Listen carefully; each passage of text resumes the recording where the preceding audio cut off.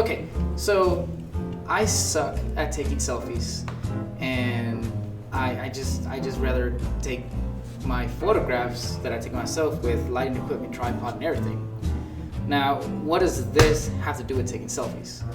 Now, the reason I brought this over is because this is going to be a way that most of you guys might be setting up for you taking your self-portraits.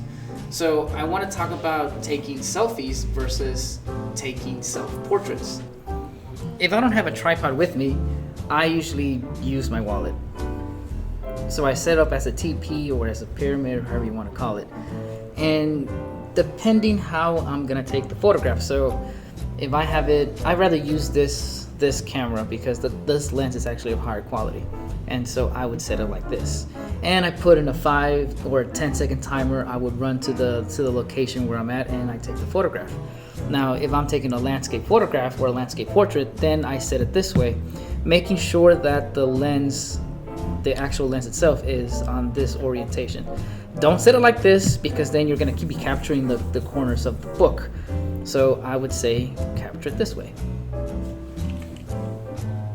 So I set up my makeshift tripod over here, and I'm going to set my camera to screen record so that way you can see the perspective of the camera as I'm going to be taking my self-portrait. Let me turn off the lights. So I want to take a dramatic photograph. So I'm going to screen record right now.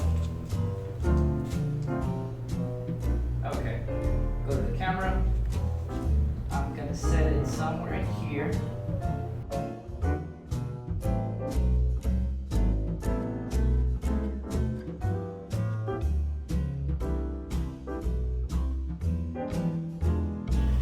So once I've taken the photograph, I'm going to start editing this in Lightroom. So the first thing I'm going to do is set the white balance to auto, and that will give you the purest whites. Now I'm going to make this photograph in black and white. So this does not mean that the photograph is finished. And so what you have to do is start making adjustments to the exposure. So since this is a dark photograph and it's a dark setting, I'm going to increase the exposure, increase the contrast, and I am going to increase the highlight so I can not lose any detail, especially when it comes to the denim. So I'm going to increase the whites, and I made a decrease in the blacks so that we can have our strong dark areas. And you can always make some adjustments back and forth, but the important thing is to make sure that nothing looks completely grayscale. Now I increased the brightness of the screen because I cannot see very well in a dark screen.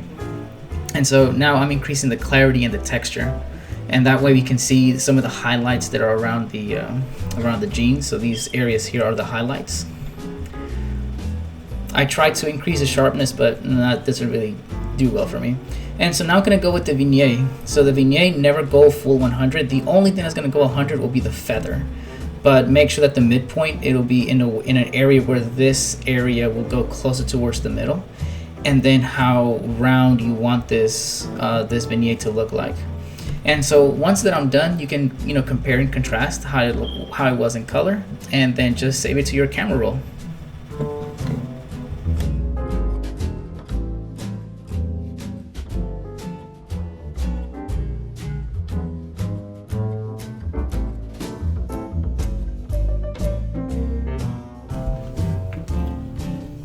So I set my tripod in here, and I'm gonna take an actual photograph or an actual selfie. And so I can't see what's in there, so I'm gonna use the front-facing camera. And so as always, I check that the front-facing camera is the part at the bottom, the part at the top. And so I'm gonna take my photograph through the front-facing camera. So I'm gonna set the camera right there. I'm not gonna set it as a 3-second timer, and I'm gonna take a profile view photograph of this. And so 3, 2, 1. Okay, cool. So once I've taken the photograph, I'm gonna edit this in Lightroom also. And always go to your white balance and set it to auto, so that way you get the purest whites. Now in this photograph, I'm gonna edit in color. So I wanna make sure this photograph has more light than the previous one, and I want to decrease the exposure, increase the contrast as always. And so in this time, I'm going to increase the highlights decrease the shadows, increase the whites, and decrease the blacks. Now you can edit individual colors and pay attention to the surrounding area. So I'm going to be editing colors such as the reds, oranges, and yellows. And so in this case, I edited the blue so you can see the difference of the color on the sweater. I press the screen to have a comparison of before and after.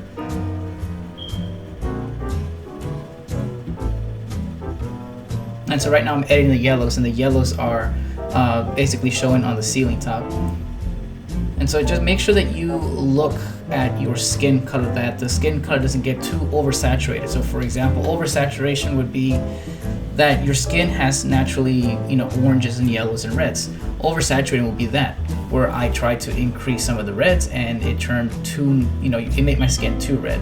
And so you don't want your skin to have too much reds, too much oranges, and too much yellows. You want to make sure that it stays naturally tan. Now I'm going to increase the texture and the clarity to kind of give it some of that sharpness. And afterwards I will add a vignette, but never go too crazy with the vignette. Try to add some of it just around the corners and feather it to 100, and then bring it close to the center. And so once you're done with the photograph, export it to your camera roll and then save it.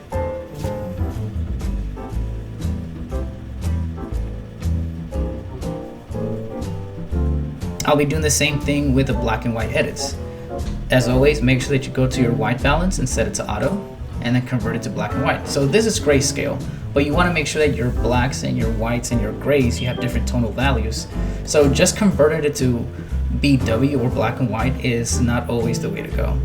So you want to have some sharp, crisp blacks on the edges or some around the shadows. Increase the texture and the clarity. And of course you can always edit individual colors. So you hit that red mix, you hit the color mix, the color wheel, and you can start messing with individual colors. So oranges and yellows will go with the skin and on the walls and the ceiling. Not so much on the greens, but it still does affect the ceiling. And some of the blues will go towards the sweater.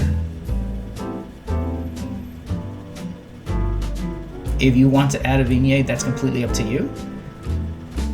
It just kind of adds a little bit to the atmosphere, but never, don't go too overwhelming with this. And so once you're done, make sure that you save it to your camera roll and submit it to Schoology.